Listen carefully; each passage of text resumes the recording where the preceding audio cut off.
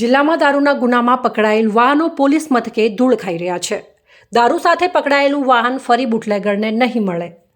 ગુજરાતના તમામ પોલીસ સ્ટેશનમાં પકડાયેલા વાહનોની ડીવાયએસપી કક્ષાના અધિકારીઓ દ્વારા હરાજી કરવામાં આવશે. તેમાંથી મળનારી કરોડો રૂપિયાની રકમ સમાજના ગરીબ અને મધ્યમ વર્ગની યોજનાઓમાં વાપરવામાં આવશે. જેમાં બનાસકાંઠામાં પણ અનેક પોલીસ સ્ટેશનમાં દારૂના ગુનામાં પકડવામાં આવેલ વાહનો પોલીસ મથકે ધૂળ ખાઈ રહ્યા છે.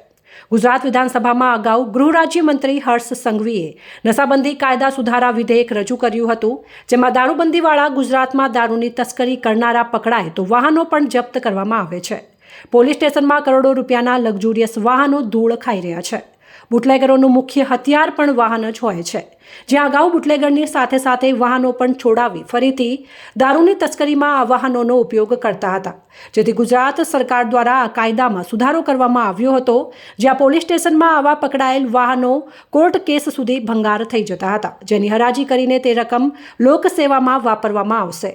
દારૂમાં પકડાયેલ વાહનો વેચી નાખ્યા પછી જો કોઈ આરોપી નિર્દોષ સાબિત થાય તો વર્ષે 5% રકમ સાથે ચૂકવવામાં આવશે. સરકાર હાલમાં દરેક પોલીસ સ્ટેશનને ભંગાર ફ્રી બનાવવા માંગે છે.